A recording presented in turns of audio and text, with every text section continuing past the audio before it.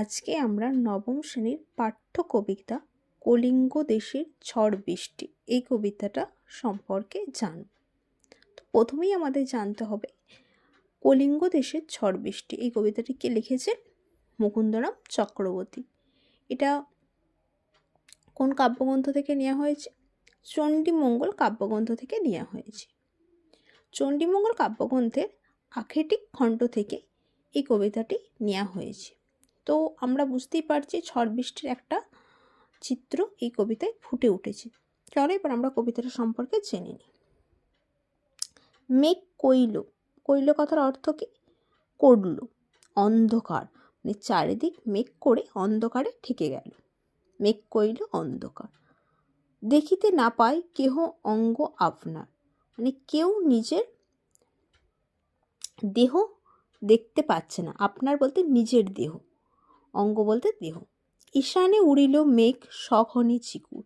ঈশান বলতে এখানে উত্তর পূর্ব কোণের কথা বলা হয়েছে।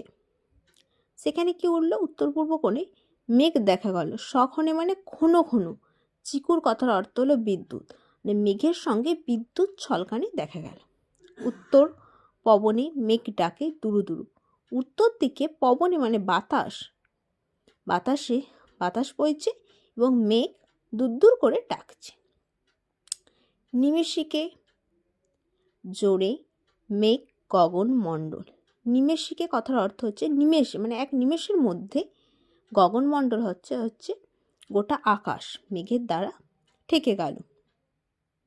চারি মেঘে বরিশে মুষলধারে জল, মানে চারি মেঘের কথা অর্থ হচ্ছে চতুর্দিকে মেঘের যেন জল ঠেলে দিল। কিন্তু পুরাণ মতে এই চারটে মেঘের নাম আমাদের জানতে হবে। এই চারটে মেঘ হলো সম্বর্ত, আবর্ত, পুষ্কর, দোন। কলিঙ্গে উড়িয়া মেঘ ডাকে উচ্চনাদ। এই মেঘটা কলিঙ্গ দেশে উড়ে গিয়ে উচ্চস্বরে গর্জন করছে। পোলাই গনিয়া প্রজা ভাবিয়া বিস্বাদ। এই পোলাই বা ধ্বংসরূপ দেখে প্রজারা বিস্বাদ সম্পূর্ণ হয়ে পড়ল।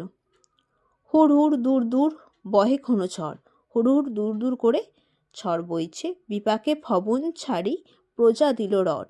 বিপাকে পড়ে প্রজারা দৌড়ে সেই তাদের নিজ নিজ বাসভবন ছেড়ে চলে গেল।